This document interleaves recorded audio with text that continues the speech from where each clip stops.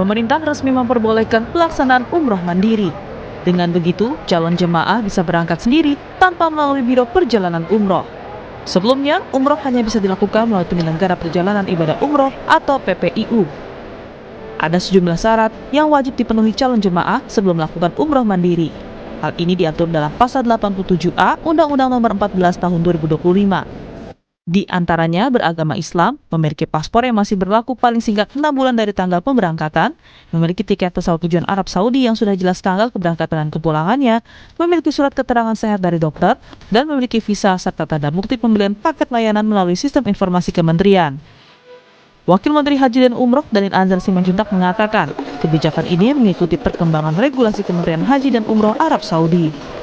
Dan menambahkan kebijakan umroh mandiri sudah diatur melalui Undang-Undang Nomor 14 Tahun 2025. Pada saat ini pintu atau gerbang untuk pelaksanaan haji mandiri memang sangat dibuka oleh Kementerian Haji dan Umroh Saudi Arabia, di mana banyak sekali jamaah umroh mandiri dari seluruh dunia termasuk dari Indonesia sudah melakukannya selama ini, sehingga kita ingin melindungi seluruh jamaah umroh mandiri atau seluruh jamaah umroh kita, maka kita masukkanlah di dalam undang-undang untuk memastikan perlindungan terhadap jamaah umroh mandiri.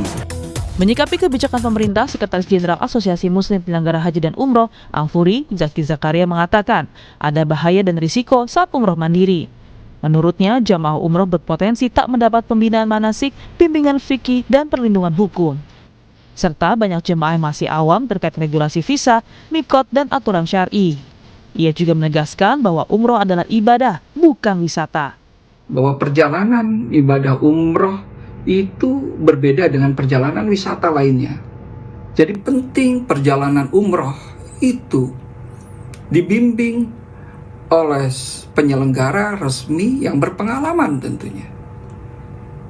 Karena kalau saja perjalanan ini tanpa bimbingan dan tidak mengerti syarat rukunnya, maka akan menjadi sia-sia perjalanannya. Pelaksanaan umroh mandiri bukan berarti jemaah dapat berangkat tanpa pantauan negara. Setiap jemaah wajib melaporkan diri melalui sistem yang terintegrasi antara pemerintah Indonesia dan pemerintah Arab Saudi. Tim Liputan Kompas TV.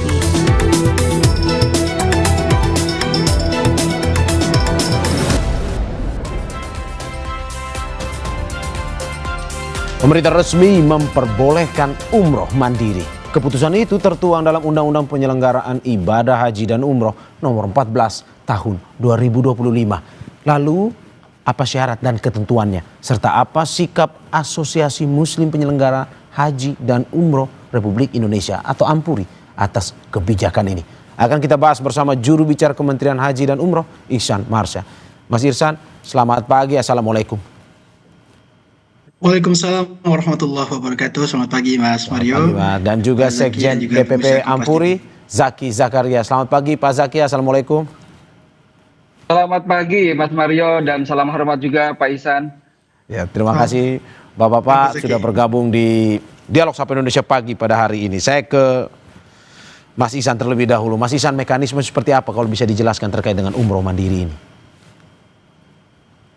Baik Mas Mario, sebelumnya kami ucapkan terima kasih tentunya kepada teman-teman Kompas TV dan juga setelah hadir bersama kita Pak Zaki berbicara tentang pengaturan umroh mandiri yang dihadirkan dalam Undang-Undang Nomor 14 Tahun 2025 ini menjadi sebuah keniscayaan yang disampaikan oleh Pak Menteri dan juga Wakil Menteri melihat bagaimana keterbukaan dan juga dinamika kebijakan yang dihadirkan oleh pemerintah Arab Saudi melalui program-program reformasi kebijakan, salah satunya berkaitan dengan Saudi Vision 2030 yang menargetkan peningkatan jumlah tamu Allah di Arab Saudi, khususnya berkaitan dengan umroh mandiri yang dibuka lebih luas dan juga dapat diakses oleh individu-individu dari seluruh negara-negara di seluruh dunia.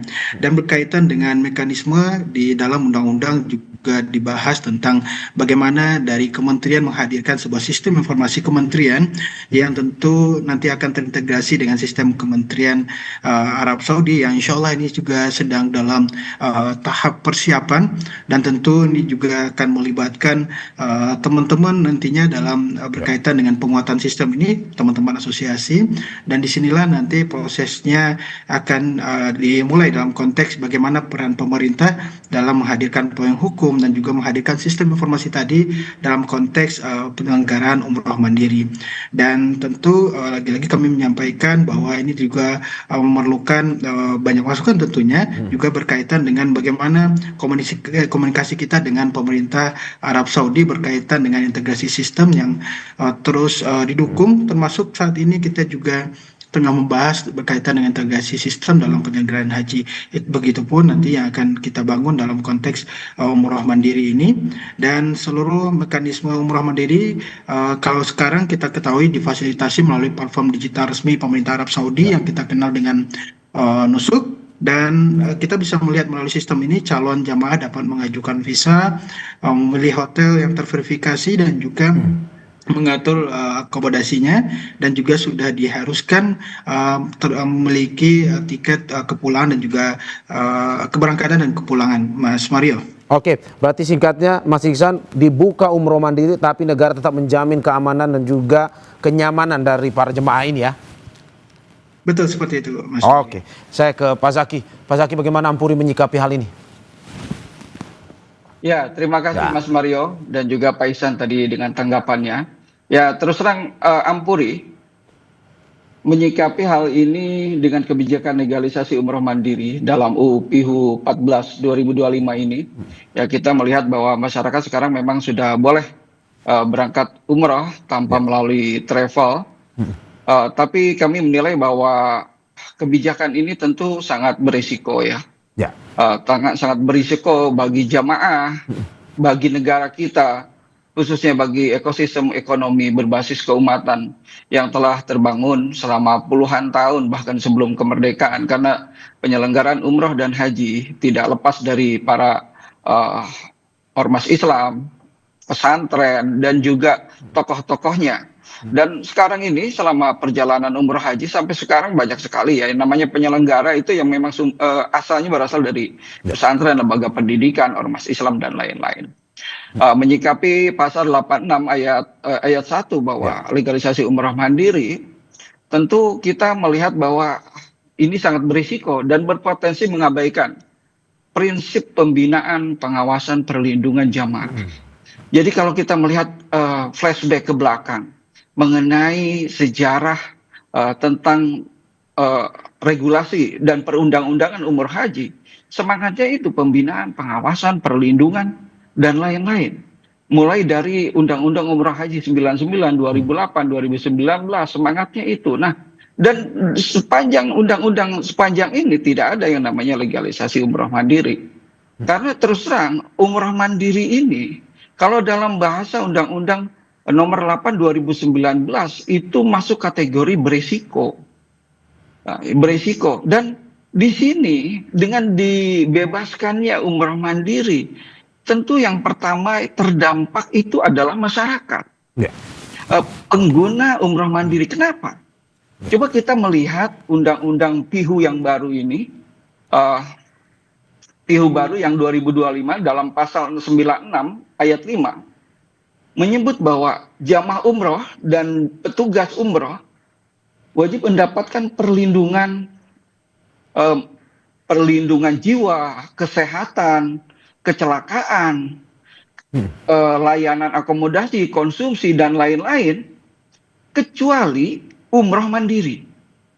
Artinya umroh mandiri dalam ayat ini dijelaskan bahwa tidak mendapatkan perlindungan. Pasal 96 ayat 5 itu sudah jelas. Harus mengusahakan sendiri ya? Umroh mandiri. Kenapa? Harus mengusahakan sendiri apapun kebutuhannya.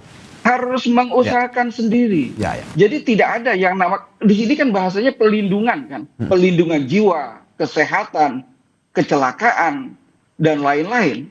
Pelayanan itu umroh mandiri tidak dapat Oke, pelindungan. oke, Pak Zaki, saya juga mencatat sedikit apa yang Anda sampaikan ini terkait dengan Anda tadi bilang flashback.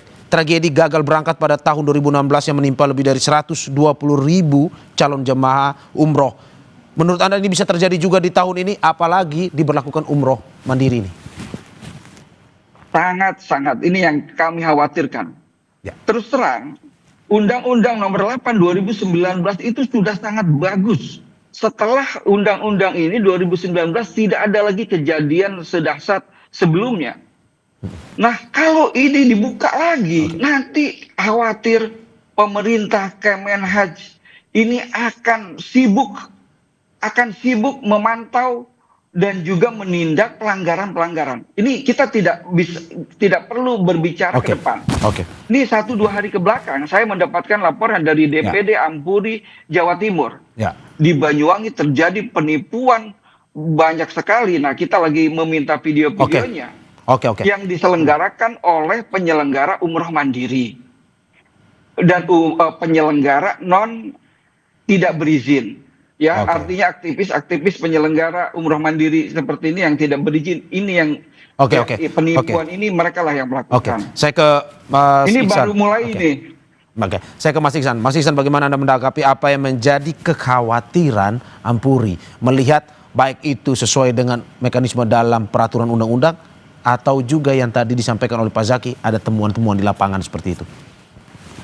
Baik, Pak Mas Mario dan juga Pak Zaki. Di sini tentu pemerintah dalam hal ini justru memahami apa yang menjadi kekhawatiran dari teman-teman asosiasi. Bahkan kalau kita bicara soal pembinaan dan juga bicara soal pemantauan perlindungan jamaah, justru dengan adanya payung hukum ini bagian dari penguatan perlindungan. Kita tentu tidak bisa menutup mata dan kita harus menyiapkan kebijakan yang kompatibel karena umroh mandiri itu tentu Pak Zaki juga tahu umroh mandiri tidak terjadi tidak berlaku saat undang-undang saja ini disahkan. Namun ini sudah berlaku sejak Arab Saudi membuka keran besar-besaran berkaitan dengan kebijakan umroh mandiri yang bisa diakses oleh siapa saja.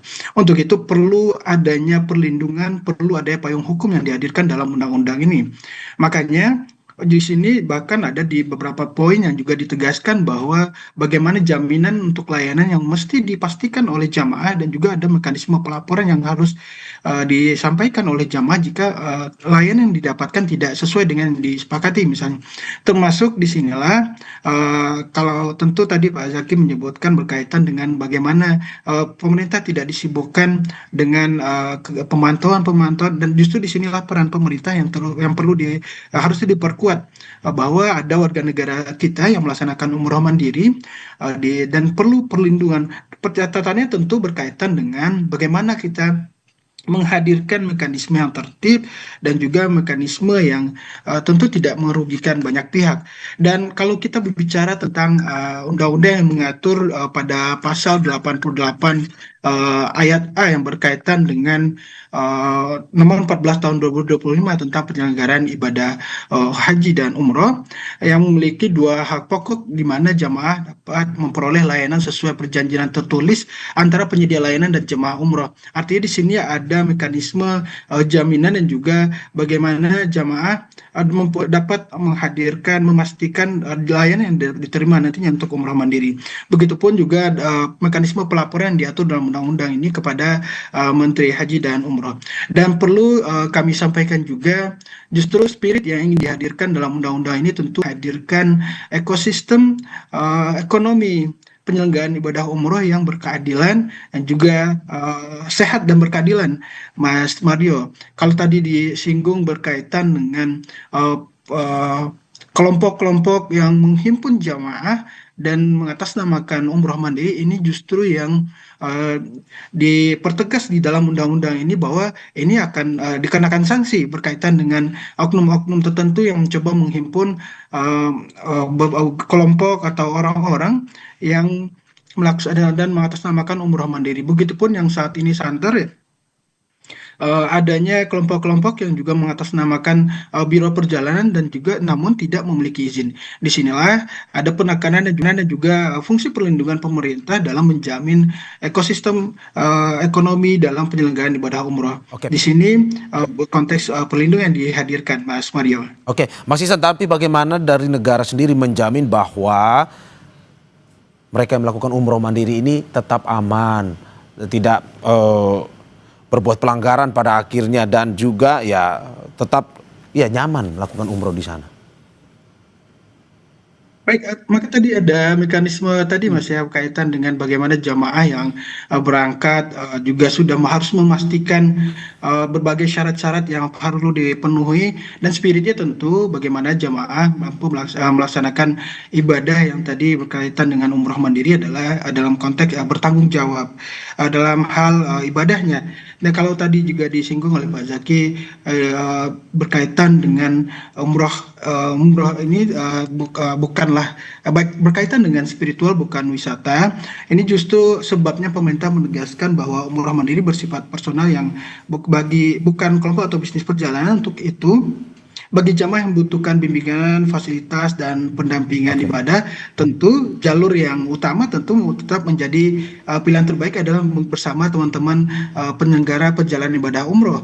Dan disinilah pembedanya yang perlu kita pahami, Mas Mario. Artinya kita bisa melihat bahwa dalam pelaksanaan, dalam payung hukum yang dihadirkan dalam umroh mandiri ini justru yang kami yakini tidak akan menggerus ekosistem penyelenggaraan perjalanan ibadah umroh. Oke, saya ke Pak Zaki. Pak Zaki, kalau kita melihat sendiri undang-undangnya, pasal 87 itu yang mengisi terkait dengan syarat itu salah satunya visa dan pembukti pembelian paket layanan terdaftar melalui sistem informasi kementerian.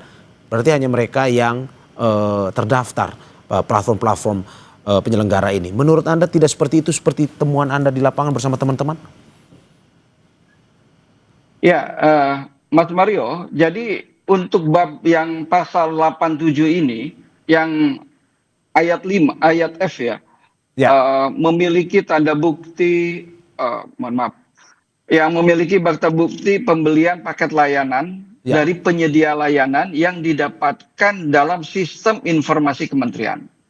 Nah ini memang pengikat bahwa umroh mandiri itu tidak semerta-merta bisa berangkat secara mandiri, semua bebas memilih gitu, tidak juga. Karena memang kalau yang kami pahami dari undang-undang PIHU yang baru ini bahwa umroh mandiri juga masih terikat.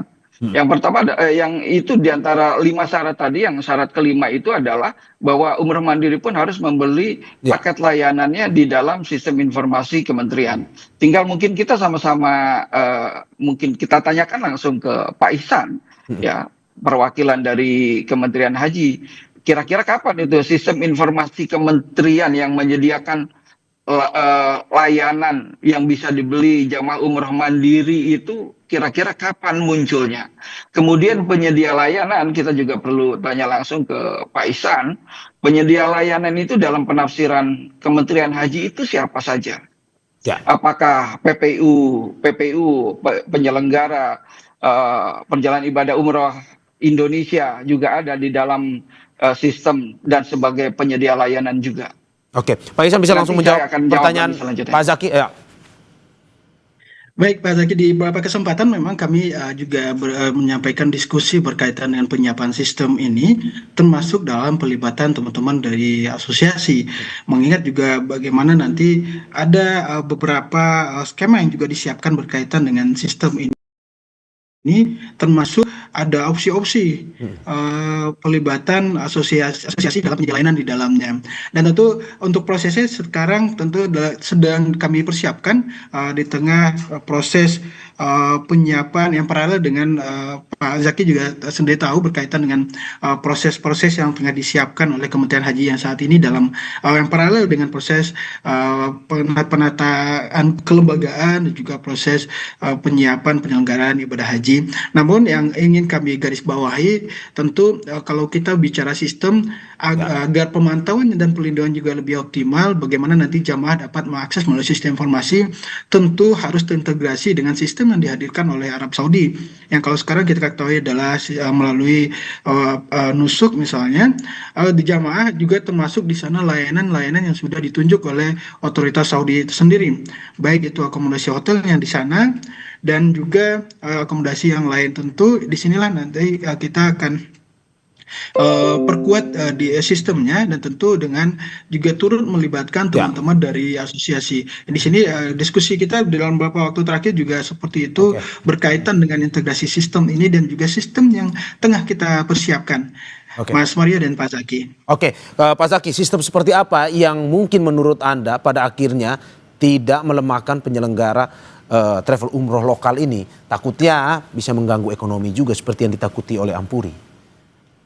Baik, Mas Mario, moga-moga apa yang saya sampaikan sekarang ini bisa didengar Bapak Presiden ya minimal Pak Seska, Pak Teddy ya, bahwa terus terang dari alasan-alasan legalisasi umrah mandiri ini, seperti yang tadi disampaikan Pak Ihsan, satu dengan visi Saudi membuka diri, Saudi apalagi kita beradaptasi dengan Saudi.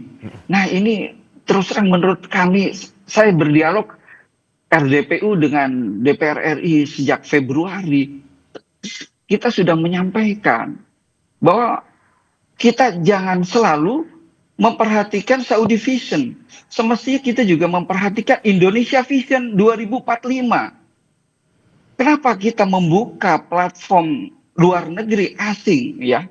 Atau platform Saudi membuka diri itu B2C hanya untuk negara-negara minoritas. Seperti Eropa, Amerika, itu pun di sana penyelenggara seperti kami lebih diminati daripada yang berangkat langsung.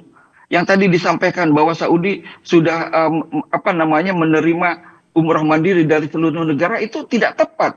Berarti menurut Anda tidak cocok di Indonesia ya? Tidak cocok diberlakukan di Indonesia? Sangat tidak cocok. Dan tidak ada negara Muslim pengirim jamaah umroh dan haji yang membuka diri terus platform nusuk dibuka di Indonesia diintegrasikan, tidak ada. Seperti Mesir ya, India, Pakistan, Turki, tidak ada yang melakukan hal itu. Tidak ada yang membuka platform asing seperti misalkan kalau Cina ada TikTok Shop, ada Alibaba, dibuka di Indonesia, silakan masyarakat Indonesia untuk membeli langsung ke platform Cina. Ini kan modelnya akan seperti itu ke depannya. Nah ini berbahaya sekali buat bangsa kita. Buat ekonomi berbasis keumatan ini sangat berbahaya sekali. Tapi saya yakin Bapak Presiden tidak akan berpikir, tidak akan mempunyai maksud seperti ini. Contohnya Mesir nih, ini Mas Mario, Pak Ihsan, mohon maaf sekali. Contohnya Mesir, sebelum pandemi, Mesir itu meminta kepada Saudi, tolong rakyat saya, warga Mesir jangan diberi visa umroh, itu hampir 3 tahun. Jangan diberi visa umroh kecuali 3 bulan. Rajab, Sya'ban, Ramadan, Syawal, 4 bulan, mohon maaf. Itu kan umrah semestinya 10 bulan. Mesir, itu pernah. Saya tanya ke perusahaan Mesir, ini kenapa kok Mesir mempunyai kebijakan itu? Ya itu kebijakan pemerintah Mesir ingin mengurangi jamaah umroh.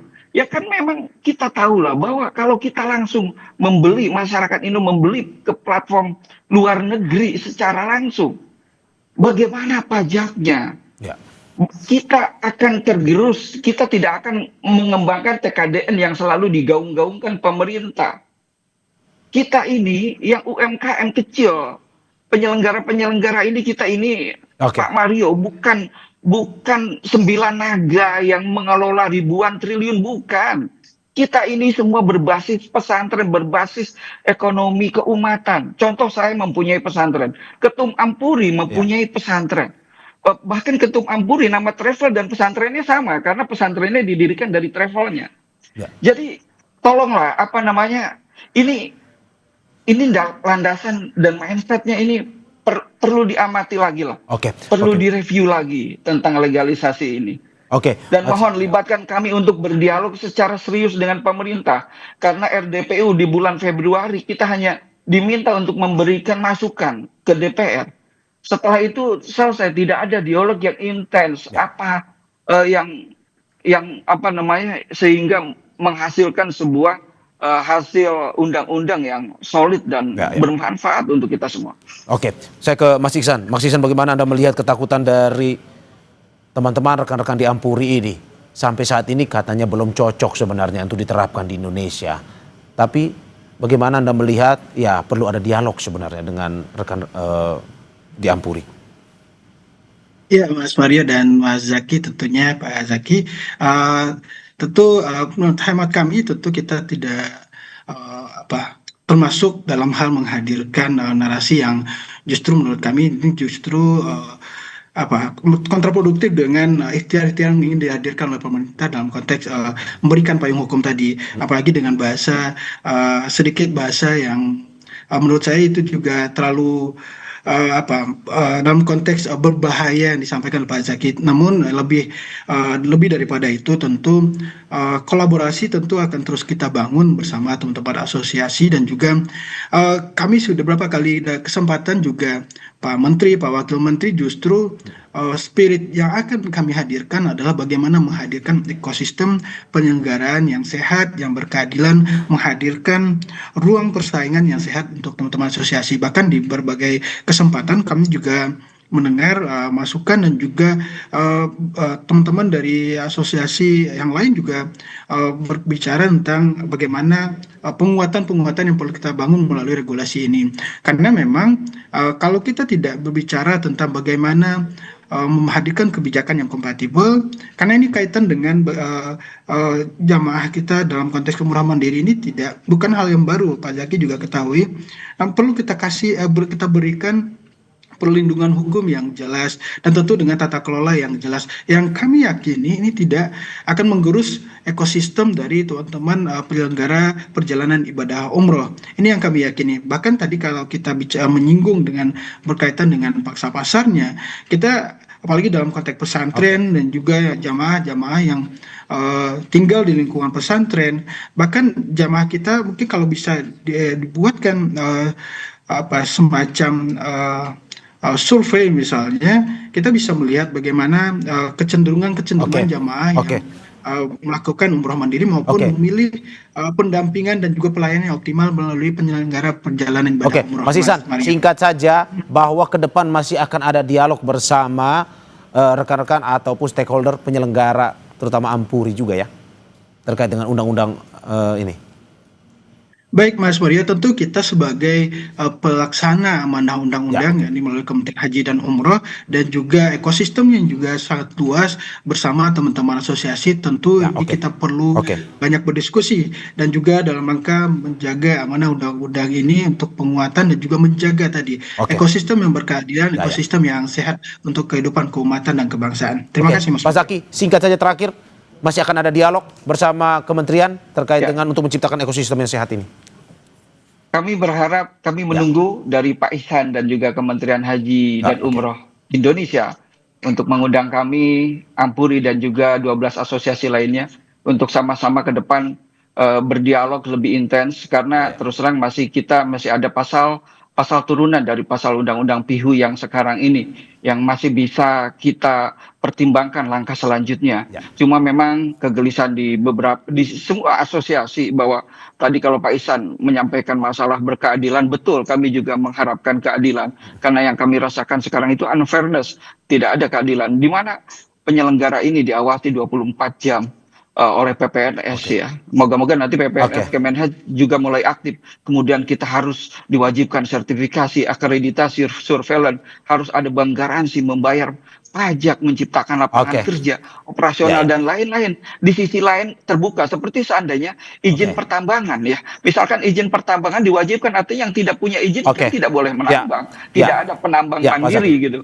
Dan moga-moga ke depan ini bisa difahami. Ya, moga-moga ke depan kita bisa ada dialog yang ya pada akhirnya ini membuka semua ya, menyelamatkan ekosistem ini akan lebih baik lagi ke depan. Terima kasih sekali lagi juru bicara Kementerian Haji dan Umroh Ihsan Marsya dan juga Sekjen DPP Ampuri Zaki Zakaria. Bapak-bapak, terima kasih, sehat-sehat selalu. Mas Mario, Pak Zaki, Pak Ihsan, sehat selalu. Pak Mario.